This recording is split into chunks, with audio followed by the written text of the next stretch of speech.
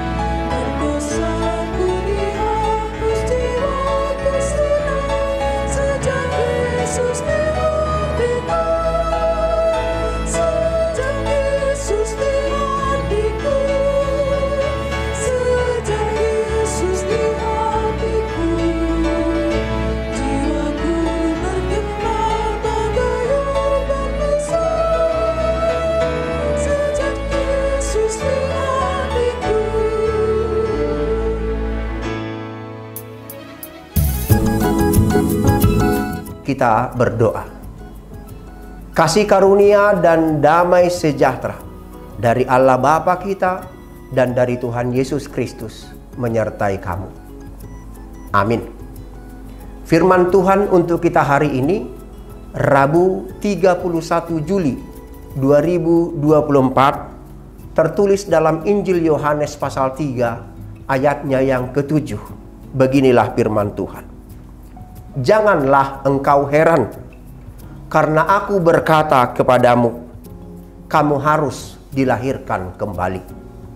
Dalam bahasa Batak Toba dikatakan, unang malongang roham ala hudok tuho ikut tubuhamu sian gincang. Demikian firman Tuhan. Saudara-saudara yang dikasihi Tuhan, seperti Nikodemus, kita pun tidak mengerti apa yang Tuhan Yesus maksud dengan mengatakan dilahirkan kembali.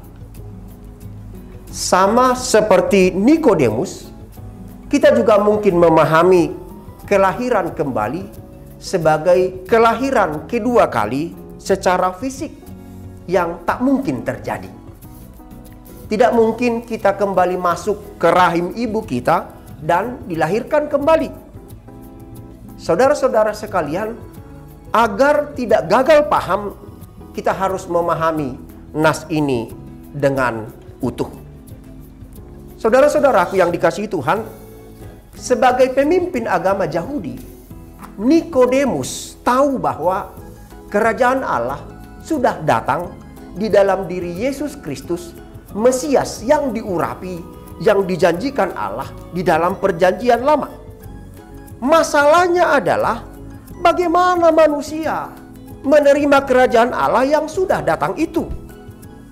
Sebagai pemimpin agama Yahudi, Nikodemus tahu kerajaan Allah itu dinyatakan untuk semua manusia. Tetapi bagaimana masuk ke sana, itu di luar pengetahuan Nikodemus. Di sisi lain, banyak juga yang ragu akan Yesus sebagai Mesias yang diurapi dan dijanjikan Allah. Itu terlihat sampai nas ini orang Yahudi gemar menguji Yesus dengan meminta tanda. Itu jelas terlihat dalam ayat 2 di pasal 3 Injil Yohanes ini. Nikodemus memuji tanda yang dilakukan Yesus sebagai bukti bahwa Allah menyertai dia. Dan Pemahaman inilah yang dilaporkan di dalam Injil Yohanes dengan menempatkan mukjizat Yesus mengubah air menjadi anggur di kota Kana. Karena bagi Yahudi, Mesias harus melakukan dan menunjukkan banyak tanda. Nikodemus berada di dalam kesulitan besar. Kesulitan mengenal Yesus juru selamat, Mesias yang diurapi itu, dan ia mengalami kesulitan bagaimana agar pintu gerbang kerajaan Allah terbuka baginya. Yesus menjawab Nikodemus. Dalam ayat 3, Yesus berkata, "Aku berkata kepadamu, sesungguhnya jika seorang tidak dilahirkan kembali, ia tidak dapat melihat kerajaan Allah." Tentu kelahiran kembali yang dimaksud di sini bukanlah dilahirkan kedua kalinya secara fisik. Bukan itu maksud Yesus. Mengapa? Manusia yang lahir dari ibu, manusia yang lahir dari manusia, yang lahir dari daging telah jatuh dalam dosa. Sejak manusia lahir, habit dosa sudah ada di dalam diri kita. Mazmur 51 ayat 7 berkata, "Sesungguhnya dalam kesalahan aku diperanakkan, dan dalam dosa aku dikandung ibuku." Orang yang dikandung dalam daging, orang yang dilahirkan dalam daging, tidak dapat masuk ke dalam kerajaan sorga. Tetapi orang yang dilahirkan kembali dari air dan roh akan masuk ke dalam kerajaan sorga. Itu bisa kita baca di dalam ayat yang kelima. Orang yang dilahirkan dari air dan roh, itulah yang masuk ke dalam kerajaan sorga. Lalu, apa yang dimaksud dengan dilahirkan dari air dan roh? Saudara-saudaraku sekalian, untuk memahami arti dilahirkan oleh roh dan dilahirkan dari air, kita harus kembali ke perjanjian lama. Dalam Yehezkel 36 ayat 25 sampai 27, Allah berfirman, "Aku akan mencurahkan kepadamu air jernih yang akan mentahirkan kamu dari segala kenajisanmu dan dari semua berhala-berhalamu. Aku akan mentahirkan kamu. Kamu akan kuberikan hati yang baru dan roh yang baru di dalam batinmu. Dan aku akan menjauhkan dari tubuhmu hati yang keras, dan kuberikan kepadamu hati yang taat. Rohku akan kuberikan diam di dalam batinmu, dan aku akan membuat kamu hidup menurut segala ketetapanku, dan berpegang pada peraturan-peraturanku, dan melakukannya." Saudaraku yang dikasihi oleh Tuhan, ada dua unsur dilahirkan kembali sebagaimana dinyatakan di dalam kitab Nabi Yehezkel. Unsur yang pertama adalah pengampunan, penyucian yang kita terima melalui air, dan air yang dimaksud adalah baptisan. Karena dengan baptisan kita menerima pengampunan dosa. Unsur yang kedua adalah pembaruan yang dikerjakan oleh Roh Kudus yang dikaruniakan Allah di dalam hidup kita. Jadi saudara-saudara sekalian, kedua unsur ini sebenarnya sudah kita terima, sudah diberikan kepada kita, sudah ada di dalam diri kita. Kita sudah dibaptis dalam nama Allah Bapa, Anak, dan Roh Kudus. Dalam baptisan kita mematikan keinginan-keinginan daging dan hidup di dalam Roh Tuhan. Roh Allah bekerja, mengingatkan dan mengajarkan firman Tuhan yang membaharui, sehingga kita menjadi manusia kepunyaan Allah yang diperlengkapi untuk segala perbuatan yang baik. 2 Timotius 3 ayat 17. Kita sudah disucikan dan Roh Kudus sudah diutus kepada kita untuk membarui hidup kita.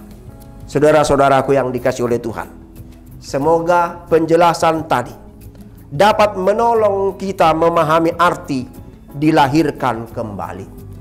Dilahirkan kembali adalah tinggalkanlah yang jahat, bencilah yang jahat, dan jauhilah kejahatan. Tetapi carilah yang baik, cintailah yang baik, dan lakukanlah yang baik. Lakukanlah segala kehendak Allah. Beri diri senantiasa dipimpin dan dibentuk oleh Roh Kudus yang menuntun kita menghasilkan buah-buah roh, kasih sukacita, damai sejahtera, kesabaran, kemurahan, kebaikan, kesetiaan, kelemah lembutan, dan penguasaan diri. Bersukacitalah, pintu kerajaan sorga dibukakan untukmu. Amin. Mari kita berdoa. Terpuji Engkau ya Allah Bapa, yang telah melahirkan kami kembali di dalam baptisan dan di dalam firman-Mu, di dalam pembaruan yang dilakukan oleh Roh-Mu. Biarlah kami setia ya Bapa, hidup berkenan di hadapan-Mu, mau senantiasa dibaharui dan senantiasa berjanji untuk melawan, menjauhi, dan tidak mendekatkan diri kami kepada kejahatan, tetapi kami senantiasa menjadi hamba kebaikan, hamba kebenaran seturut dengan kehendak Tuhan. Kami harus dilahirkan kembali, kami harus dibaharui, kami harus memperbarui diri agar kerajaan sorga dapat kami terima, dan atas perkenanan Tuhan kami boleh masuk ke dalam kerajaan-Mu yang kekal. Terima kasih ya Bapa. Tuhan cabut segala pemberontakan dari dalam hati kami. Tuhan cabut dan Tuhan ganti hati yang keras dari dalam diri kami masing-masing. Dan Tuhan berikan hati yang baru, hati yang taat, hati yang mau dipimpin oleh Roh dan dibaharui oleh Roh-Mu. Inilah kami ya Bapa, anak-anak-Mu yang siap Engkau bentuk, Engkau tuntun menjadi pelaku firman-Mu, menjadi pelaku buah-buah Roh-Mu. Terima kasih ya Bapa, terima kasih. Sertai kami di dalam setiap aktivitas, dalam setiap kegiatan kami hari ini. Tubuh, jiwa, dan roh kami serahkan sepenuhnya ke dalam tangan Tuhan. Tuhan berkati kami di dalam setiap pekerjaan kami. Tuhan jauhkan kami dari segala mara bahaya. Seluruh hidup kami biarlah dipenuhi oleh hormat, kemuliaan, dan menjadi pujian bagi Tuhan. Ampuni kami ya Bapa, ampuni dosa dan pelanggaran kami. Dalam nama anak-Mu Yesus Kristus kami berdoa. Mari kita bersama berdoa di dalam doa Bapa kami. Bapa kami yang di sorga, dikuduskanlah nama-Mu. Datanglah kerajaan-Mu, jadilah kehendak-Mu di bumi seperti di sorga. Berikanlah kami pada hari ini makanan kami yang secukupnya. Dan ampunilah kami akan kesalahan kami, seperti kami juga telah mengampuni orang yang bersalah kepada kami. Dan janganlah membawa kami ke dalam pencobaan, tetapi lepaskanlah kami daripada yang jahat. Karena Engkaulah yang mempunyai kerajaan, dan kuasa, dan kemuliaan sampai selama-lamanya. Amin. Anugerah Tuhan kita Yesus Kristus, kasih setia Allah Bapa, persekutuan Roh Kudus, menyertai kamu sekalian. Amin.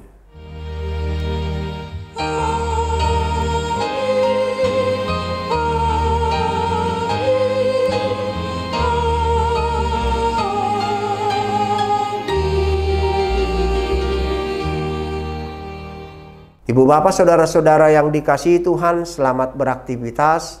Tuhan Yesus memberkati. Shalom.